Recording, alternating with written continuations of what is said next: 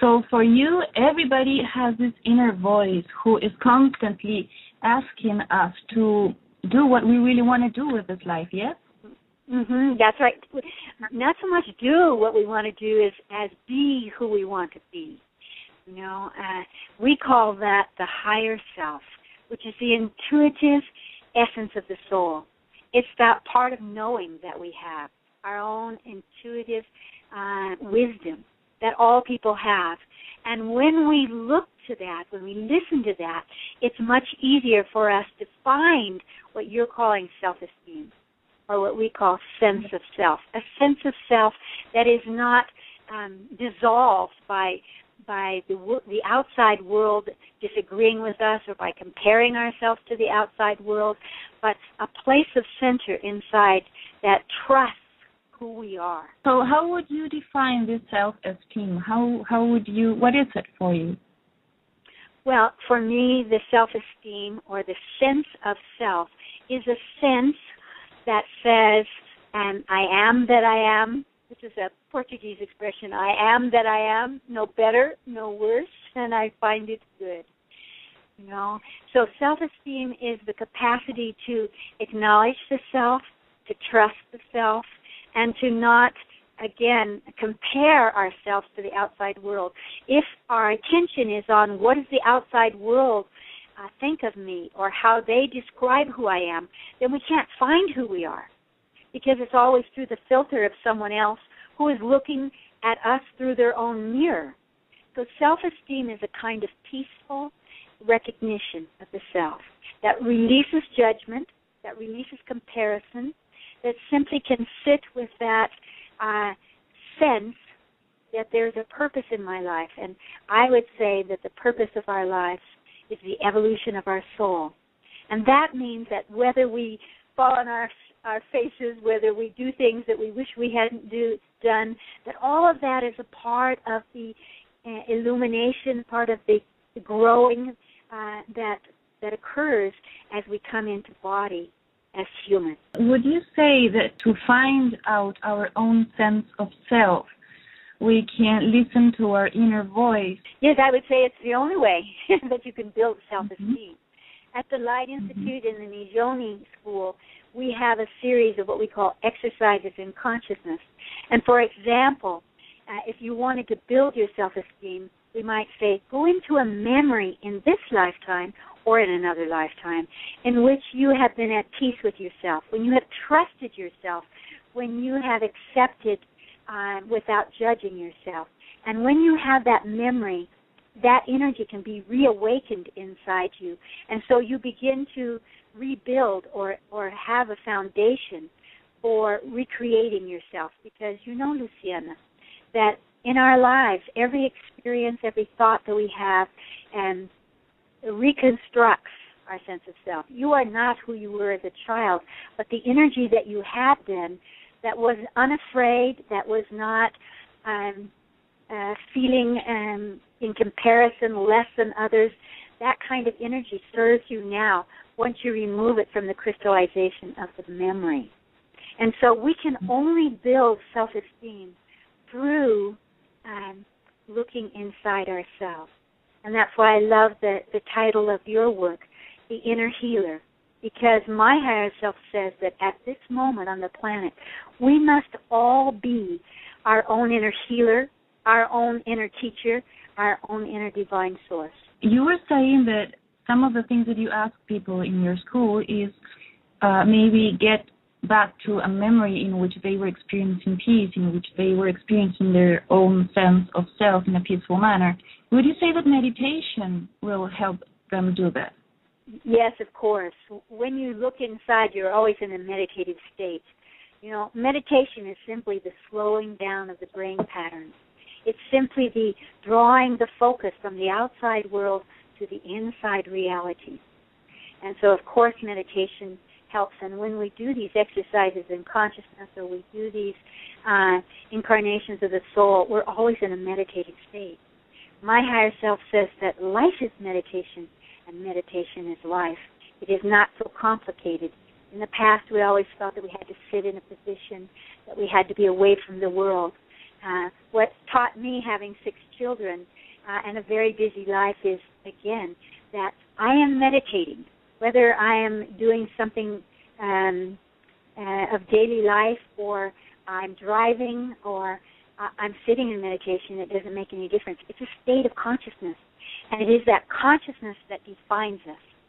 And that definition is not crystallized in what we do or how we compare ourselves, but rather our capacity to extend our consciousness out and embrace the hologram of the conscious realities of the cosmos, of all that is good. You were saying that you have 6 kids, and also you created these 2 businesses. Sometimes when I'm with my students or my patients, they come and say, I don't have enough time to meditate because I have kids or because I have to work. How did you manage to do this? Yes. You know, I learned that if I were cooking dinner or I was driving the children to town or something, that I could simply say to myself, I am meditating, and slow down my brain waves and feel that peace that comes with meditation and be in that, and from that place deal with my children, deal with my life. It makes it much more graceful.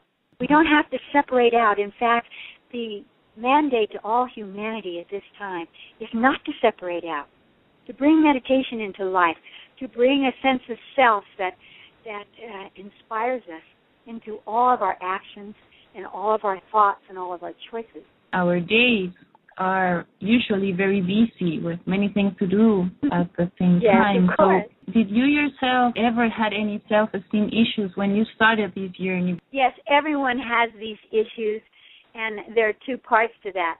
One of the things was that I always said to my children, and I always said to myself, it's all right if I feel that I do something that's not perfect. It's all right to experience life, you know. And one of the problems that happens for people who are teachers is that they feel that they cannot be real. And it's very important for us all to be real. It's important for the teacher to see that the student is also the teacher. I can remember the first time I went to give talks in Europe. I broke my foot about 3 days before I was going to go on a 3-week tour, and I realized that I broke my foot, and the meaning of it was that I felt so insecure. Would I be listened to? I think that's a universal theme for all of us. Will people hear us? Will they understand us? Will they allow us to speak? But when I realized that I broke my right foot, which represents stepping out into the world, then I was able to heal the foot and go on. And I also once had a very powerful experience that broke that pattern of concern about who I am. And that was when I gave birth in the ocean. And I came back, and all the midwives were angry at me because they were still trying to get acceptance. And here I had jumped the gun and done something that was way beyond that. And so they were really angry that I had threatened their capacity to connect with the medical profession. And I can remember sitting in my car and sobbing and sobbing and sobbing. And then all of a sudden, I realized that it wasn't whether they could understand why I did it or that I had to defend it, but that I had done something and it was mine. And that broke me from the pattern of, does the world accept me? Is it okay with the world? Because in the end, Luciana, what we do and what we say, again, comes from within us. And it is for us to listen to ourselves. It is for us to hear our own voices. And when we hear our own voice, then we become peaceful. And that allows us to let go of the issues of self-esteem. Usually people relate their own sense of value by what others think of them, right? That's right. We're all trained to do that in all of our cultures. Our socialization patterns are please the parents, please the teacher, get along with the children, you know, and no one teaches people. This is why I created the Nijoni School for Global Consciousness. No one teaches us, listen inside yourself. You know, trust yourself. Correct what needs to be correct. Have compassion for yourself. And always hold the best in yourself. I was very fortunate to have a brilliant and wonderful mother who said to me, if you can't see something good in someone, then don't look. You know, if you can't say something nice about someone, don't speak. And it was a great teaching to train me to look for the best in each one of us. Well, that includes the self. So, for example, if I'm working with someone and we're working with our inner child, who's the wisest person we'll ever know, I will often say, extend your consciousness to your inner child and look at the qualities that you brought into this world. Because when we judge ourselves, we forget that we have qualities of joy, of love, of intelligence. And so it's very important for people to come back to, what are my qualities? I can name them. I can acknowledge them. And when we acknowledge these qualities, again, we can begin to build on them. And we can see that we really are magnificent beings, all of us. You were also talking about having your foot broken just before you had to go on a tour. Sometimes, I don't know how you feel about this. Do you feel that sometimes your body is trying to tell you something when it gets sick? I wrote several books about that theme. Soul Bodies is one of them. Absolutely, Luciana. The very first thing I was ever taught by a curandera in Mexico when I was very young was whole in the spirit, whole in the body. And what she meant by that was there is no sickness. There is no thing that happens in your body that is not a message to you. Not to hurt you. Your body's not doing something to punish you, but it's saying pay attention. Each part of our body tells a particular story. Each organ in our body tells a particular story. So we can learn a lot about what is the source or the cause of our imbalances or our diseases by listening to our bodies. And in fact, when we listen to our bodies, we can prevent ourselves from being sick, or we can get well very quickly. Healing is very important to me because our bodies are our laboratories. You know? They are teaching us. My higher self says the body never lies. The body never goes through an experience without some purpose in it, and it never pretends. You know, if you have a sore throat, it's telling you something spiritually, emotionally, and physiologically. Physiologically, it's telling you that your adrenals are stressed, that you're in stress. You know, emotionally, there's that theme again. Will I be listened to? Can I speak my voice?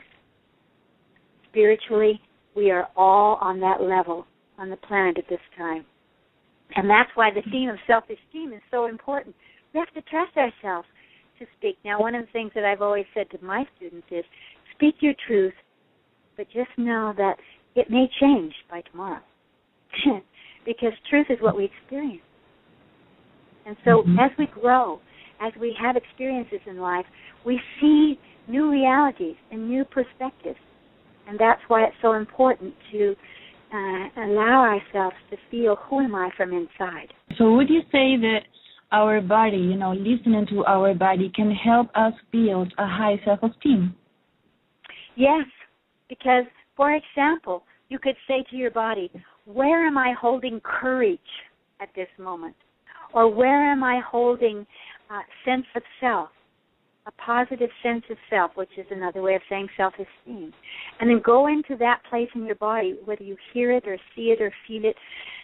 Where am I holding this good self-esteem or this courage? Oh, in my heart. Good.